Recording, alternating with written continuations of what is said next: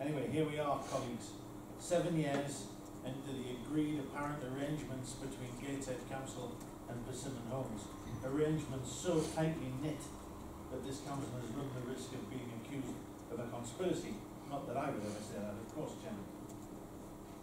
I was at the planned preliminary meeting to consider taking this land out of the Greenbelt, and at that meeting, lo and behold, a representative of Persimmon Homes had been invited and produced to me a detailed plan showing how they were going to develop all of this land, some of it the council's nursery land. It was still in the Greenbelt, and I've been very concerned about that from that day to this, and I still am. The residents have demonstrated almost to a man and woman that they do not support this. Not only do they not support it, they oppose it. And if you allow this application, there are so many problems that will arise.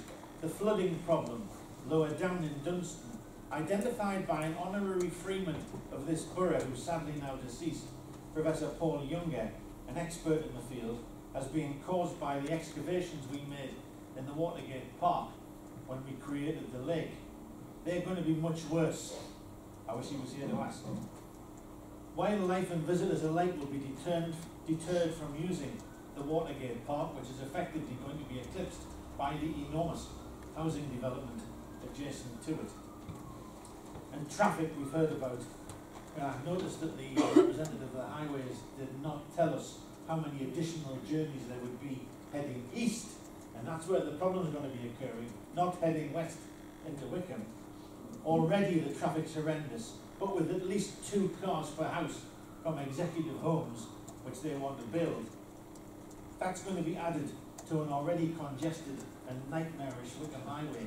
And saying there's going to be park and ride is all very well, but the park and ride is beyond where the congestion will occur, and there's absolutely no assistance to that at all. Indeed, it might make things worse, attracting more traffic to go and park there. And the residents of the area, who we are supposed to protect, are going to have their residential amenity not dented, but completely destroyed in many ways. There are residents here who live adjacent to this site, and they look over fields, they look over other developments, but small and neat, and now they're going to be looking over an enormous, and it is enormous, housing estate of executive homes in the main.